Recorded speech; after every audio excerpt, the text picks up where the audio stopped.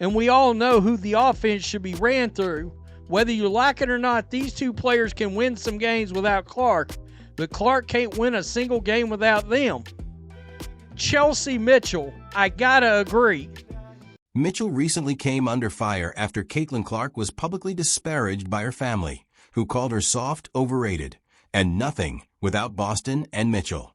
Fans aren't holding back as screenshots went viral on social media. The issue is that the numbers are honest. They also demonstrate that Clark has had the illness since day one. How could she have signed if? Why the hell did she sign if she wanted to be the focal point? She's gained so much from playing with Caitlin. Now she's injured and they kicked her to the curb. Welcome to the Indiana Fever, where duct tape and deleted tweets seem to be the only things keeping the chemistry together. What was supposed to be a promising season just took a nosedive into receipts hotter than mid-July, locker room shade, and family drama. Who is right in the middle of the problem, you ask? Kelsey Mitchel, of course.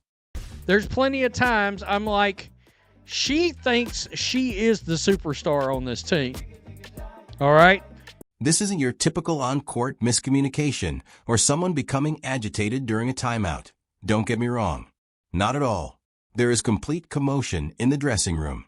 Side eyes, silent treatment, and perhaps one of the messiest family-related feuds the WNBA has witnessed in years are all on the table. It's not just Kelsey who's getting hot. Like it's open mic night, her entire family is active on social media. Additionally, the target. Caitlin Clark is the superstar of this team. I don't think there's any confusion there. Fans of the Fever were beginning to think, hey, maybe we're finally turning a corner. Boom. You may find screenshots, posts, comments, likes, and more online. Furthermore, more than one relative is taking off. Kelsey's mother, sister, and even a few unidentified family members are all contributing opinions that make ESPN seem like child's play. Additionally, these are not merely passive-aggressive insults. They're going all out for Clark, criticizing her leadership, casting doubt on her abilities, and essentially calling her a glorified stand-in. The fingers. Your fingers, because this is going to happen. So this is a post here talking about this. Can win some games without Clark, but Clark can't win a single game without them. Clark has not played a single game in her career without either Kelsey Mitchel or Aaliyah Boston, so nobody knows. I mean that, nobody knows. This was not taken lightly by the fans. They referred to it as betrayal because of how it felt. Additionally, Fever chemistry is being microwaved on high while Clark is out of commission, most likely tending to her wounds and taking care of herself. The team's ability to recover is now the true question. The question is whether they can sit in the same locker room without using a chair.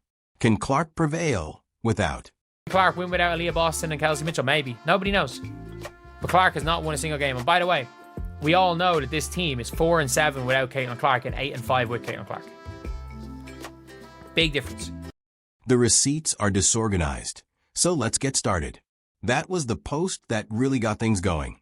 Without Boston and Mitchell, Caitlin Clark cannot win a single game, a family member stated bluntly.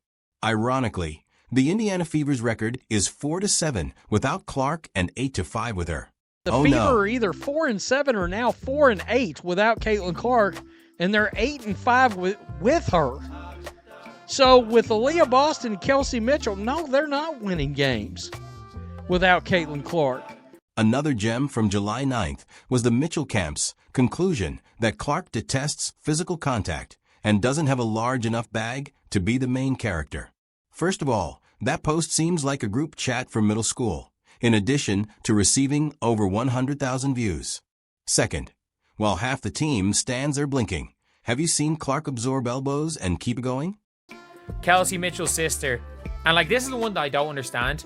Kelsey Mitchell's sister, I don't know who this person is, interacting positively with a person who said it's time to start talking about how Caitlin Clark is ruining Fever momentum. With her, I don't see them making the playoffs. When she was out, I could see them upsetting New York and Minnesota in the playoffs. Mitchell is the greatest player the franchise has ever had, according to one of the family members, who even played the nostalgia card. Only Tamika Catchings is ranked higher. Really? Are we simply rewriting the history of the Fever now? It seems that Caitlin, who is uplifting everyone around her and selling out arenas, is simply not good enough for the Mitchell family circle. Clark was even accused of destroying the Fever's momentum in another post. Ironic given that prior to this rookie's arrival, the club had largely been unwatchable for years. Is coming out. Her whole family shares this thought, by the way. They took pictures with Team Collier and 2 of the Team Clark replacements. Hold on, things will improve. What did Kelsey's sister do in the wake of all that online controversy? As if she had never existed, she deleted her Twitter account. Sadly for her, screenshots are permanent. The internet is always remembering. The receipts are currently visible on everyone's feed.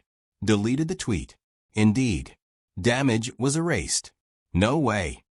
So with Aaliyah Boston and Kelsey Mitchell, no, they're not winning games without Caitlin Clark. And weren't they there prior to Caitlin showing up? Let's take a moment to discuss figures, because people enjoy discussing emotions without providing specifics. Alright, Kelsey Mitchell isn't a jerk. She is shooting 42.5% from the field, scoring 16.9 points per game, and even finished 10th in the MVP voting the previous season. Those are good figures. It is evident that the front office values her because she signed a Supermax contract this season, which is among the biggest in the league. In addition to improving the scoreboard, Clark's presence has benefited her teammates. Due to Clark's playmaking, Aaliyah Boston's field goal percentage increased. Every game, Caitlin averages 6.6 assists.